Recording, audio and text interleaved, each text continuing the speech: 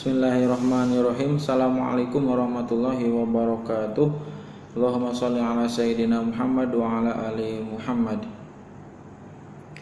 Insyaallah pada kesempatan kali ini Bapak akan secara singkat menjelaskan mengenai bab yang ke-6 yang terakhir, mengenai akhlak, yaitu mengenai bekerja keras. Bekerja keras adalah bekerja dengan gigih dan sungguh-sungguh untuk mencapai suatu cita-cita. Ya. Lalu bekerja keras juga tidak terbatas pada fisik atau banting tulang ya. Tetapi termasuk juga berpikir, itu juga termasuk bekerja keras itu. Jadi kerja keras bukan hanya yang nampak saja ya, bukan hanya banting tulang saja, tapi berpikir pun itu juga termasuk bekerja keras. Bekerja keras yaitu bekerja dengan sungguh-sungguh untuk mencapai sebuah tujuan atau prestasi disertai dengan berserah diri atau tawakal. Ini merupakan sudah jodohnya ya, sudah pasangannya antara bekerja dengan tawakal. Tawakal berserah diri kepada Allah Subhanahu wa taala. Bekerja dengan tawakal harus beriringan, karena kalau salah satunya tidak ada, ibadah kita, amal kita tentu akan menjadi tidak sempurna. Ketika kita mempunyai semangat bekerja keras tapi tidak dibarengi dengan tawakal, berserah diri kepada Allah, maka ketika kita sukses kita akan sombong ya. Dan ketika kita gagal, kita akan putus asa dan cenderung akan menyalahkan orang lain. Begitu juga kalau tawakalnya tidak disertai dengan kerja keras, tentu hasil yang didapat tidak akan maksimal gitu. Bapak sering kasih contoh, bentar lagi ada PAS, penilaian akhir semester. Saking tawakalnya dia kepada Allah, ya udah nggak belajar, nggak buka buku. Pokoknya saya tawakal kepada Allah, menerima. Nah jelas itu merupakan tawakal yang salah gitu. Jadi secara fisik kalau kerja itu kan perbuatan fisik ya, lahir badan. Kalau tawakal itu perbuatan hati. Jadi secara fisik kita bekerja keras, tapi di dalam hati kita harus menekadkan bahwa apa yang kita terima, apa yang kita lakukan itu atas kehendak Allah Subhanahu wa taala. Kita hanya diwajibkan berusaha, sedangkan hasil itu nanti yang akan diberikan oleh Allah gitu. Tapi yang namanya hasil tidak akan mengkhianati proses gitu ya. Kalau prosesnya berat, hasilnya juga cenderung besar gitu.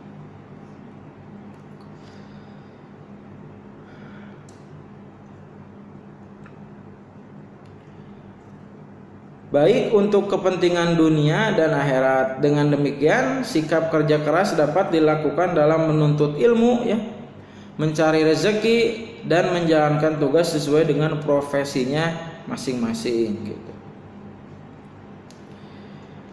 Ada beberapa ayat yang menjelaskan mengenai sikap kerja keras, bagaimana seorang mukmin harus mempunyai sikap kerja keras. Yang pertama, ini pernah Bapak bahas dulu, Al-Jumu'ah ayat 9 sampai 10. Bismillahirrahmanirrahim.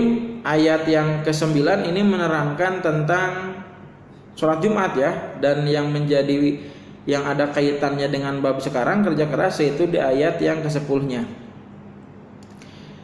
Ya ayyuhalladzina amanu, wahai orang-orang yang beriman, idza nudiya lis-sholati, apabila ada panggilan untuk sholat, min yaumil jum'ati, pada hari Jumat, fas'au ila dzikrillah, maka bersegeralah kamu ya, jangan telat, apalagi yang cowok lagi khutbah baru datang. Kalau ada panggilan di hari Jumat, maka bersegeralah para laki-laki Fas'au ila dzikrillah, untuk mengingat Allah.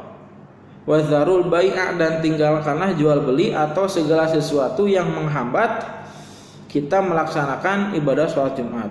Dzalikum khairul lakum in kuntum ta'lamun. Hal itu lebih baik bagimu jika kamu mengetahui.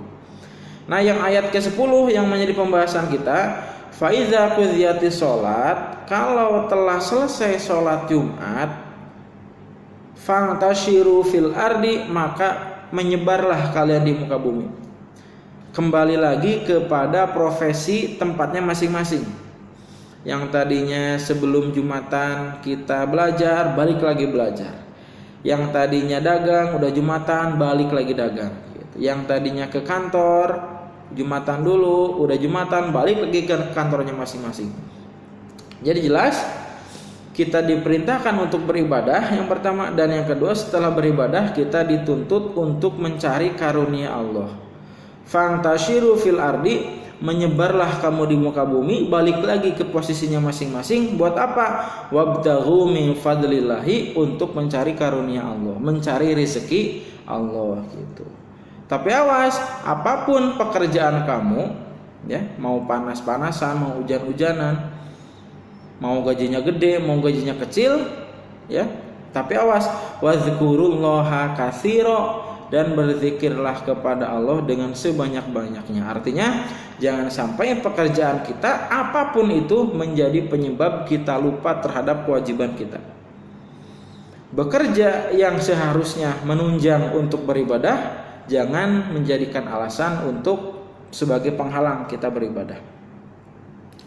La'allakum tuflihun, semoga kamu beruntung. Itu yang pertama. Yang kedua, surah Al-Qasas ayat 77, wabtaghi fima ataqallahu darul akhirah wala tansa nasibaka minad dunya. Ini ayat yang terkenal sekali. Wabtaghi, carilah olehmu, raihlah, fima ataqallah, apa yang telah Allah berikan kepadamu, apa yang telah Allah rizkikan kepadamu. Jadi carilah rizki dengan apa yang Allah telah berikan kepadamu. Wabtaghi fima ataqallahu darul akhirah, yaitu nanti di akhirat, ya.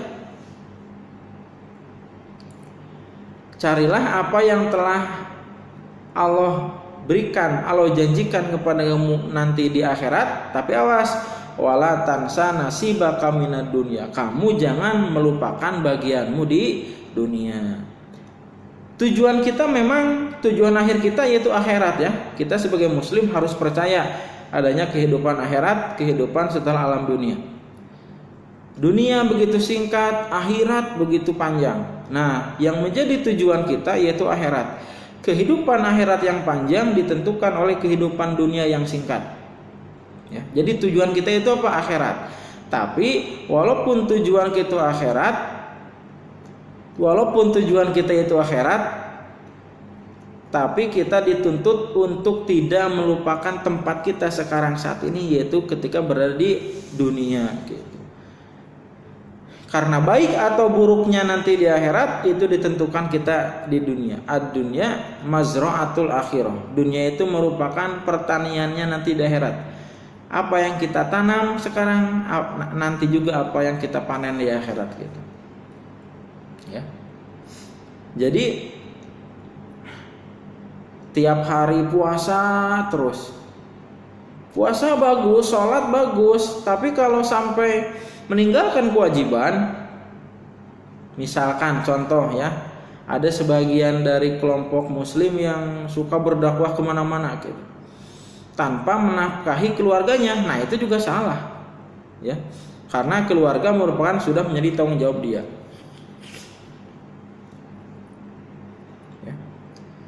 Akhirat itu sebagai tujuan, tapi kita jangan melupakan tempat kita sekarang yaitu dunia. Maka ada bagian-bagiannya. Ada bagian ketika ibadah ya ibadah, bagiannya kerja ya kerja. Jangan sampai pekerjaan mengganggu urusan akhirat kita. Di dunia kita sudah dijamin, Allah sudah menjamin rezeki kita di dunia. Tapi di akhirat kita belum ada jaminan apakah masuk surga atau sebaliknya. dunia yang sudah dijamin oleh Allah, akhirat yang belum dijamin, masa kita lebih mementingkan yang sudah dijamin daripada yang belum dijamin gitu. Wa ahsin, dan berbuat baiklah, kama ahsanallahu ilaika, sebagaimana Allah telah berbuat baik kepadamu gitu. Jadi Allah telah memberi kita rezeki, bahkan kita menerima apa yang tidak kita minta. Maka dari itu berbuat baiklah gitu. Ya. Semakin orang soleh, maka semakin baik dia dengan sesama gitu. Bapak sering bilang, orangnya rajin sholat tapi suka gibah, suka ngebully, suka nyakitin orang lain, berarti dia belum sempurna menjalankan agamanya. Karena kalau sudah sempurna, akan terjadi sebuah ikatan yang kuat antara hablum minallah dan hablum minannas. Tidak cukup hanya hablum minallah doang ya, tapi juga hablum minannas. Melaksanakan kewajiban terhadap Allah dan berbuat baik kepada sesama. Lalu selanjutnya Ar-Ra'd ayat ke-11. Ini juga ayat yang sangat populer. Innallaha la yughayyiru ma biqaumin hatta yughayyiru ma bi anfusihim. Allah tidak akan merubah keadaan suatu kaum sebelum dia merubah dirinya sendiri. Ini ayat ini tentang syariat ya, bukan tentang hakikat. Kalau hakikatnya itu adalah Allah yang ngatur dulu, terus kita yang ngelakuin gitu kan. Tapi secara syariat kita dituntut, kalau kita pengen hasil yang besar, kerjanya juga harus besar. Ya. Kalau pengen hasil yang banyak, kerjanya juga harus lebih lama gitu. Kalau kamu pengen pinter, harus belajar. Kalau kamu pengen kaya, harus bekerja gitu. Kalau kamu lapar, ya harus makan. Gak mungkin kita kenyang tanpa makan duluan. Jadi kita berusaha sekuat tenaga memperbaiki diri, dan insya Allah ketika kita sudah memperbaiki diri kita, Allah juga akan memperlebar kesempatan kita untuk memperoleh hasil yang baik gitu. Insya Allah juga akan merubah nasib kita. Wa idza aradallahu biqaumin su'an, apabila Allah menghendaki sesuatu yang buruk kepada suatu kaum, fala maraddalahu, maka tidak ada yang bisa mengembalikannya, mencegahnya. Wa ma lahum min dunihi min waliyyin,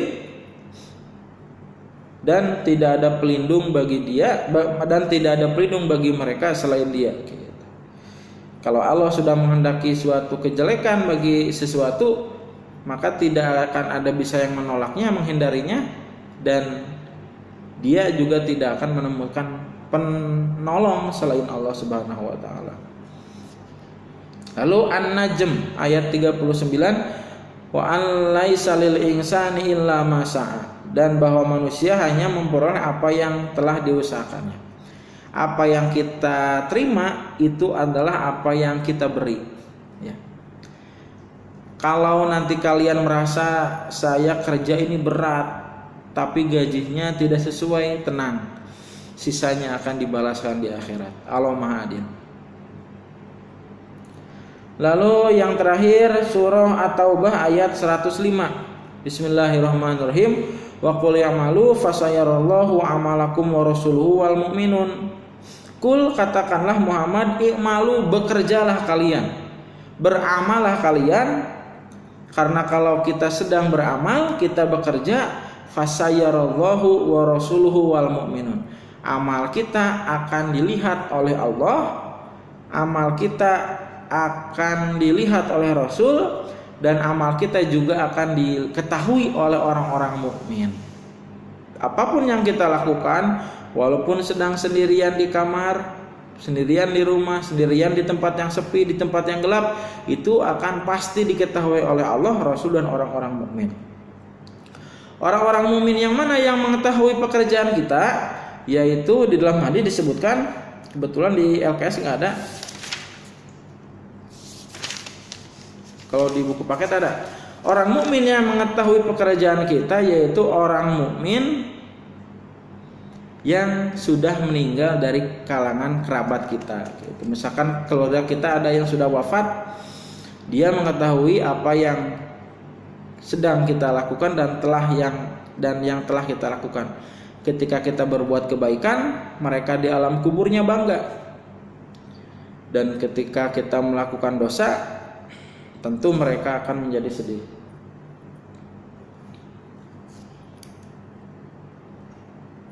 I'malu, bekerjalah kalian, fasayarallahu wa rasuluhu wal mu'minun, maka pekerjaan kalian akan dilihat oleh Allah, Rasul dan orang-orang mukmin.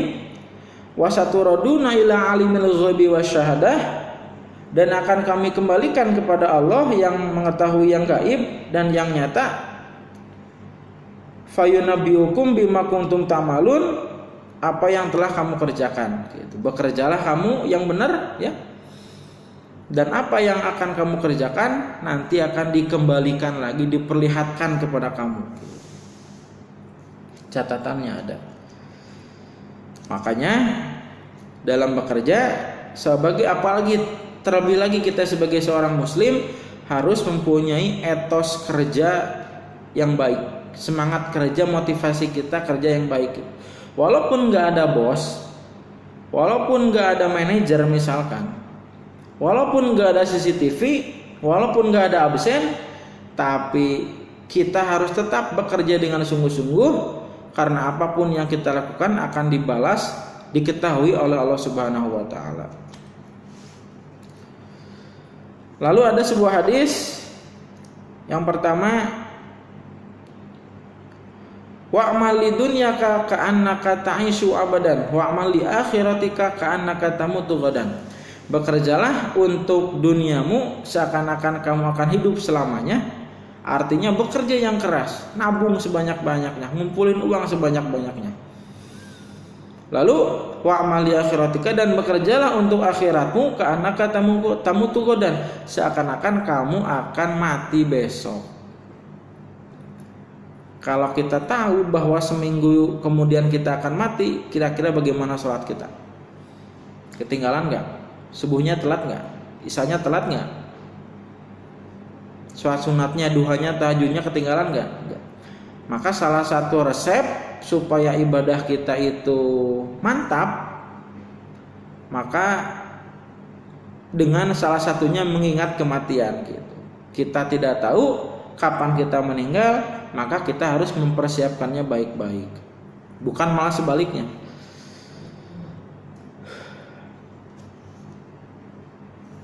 Lalu dari Miqdad, tidaklah seorang hamba memakan makanan yang lebih baik dari hasil usaha tangannya sendiri. Dan sungguh Nabi Daud alaihissalam makan dari usaha tangannya sendiri. Jadi rezeki yang paling dicintai yaitu rezeki yang dihasilkan oleh tenaga kita sendiri, bukan dari hasil orang lain gitu kan. Nanti kalian akan merasakan ketika sudah bekerja, sudah dapat gaji, akan terbayang perjuangan orang tua kalian. Begitu besar, begitu luar biasa gitu. Susahnya mencari uang gitu.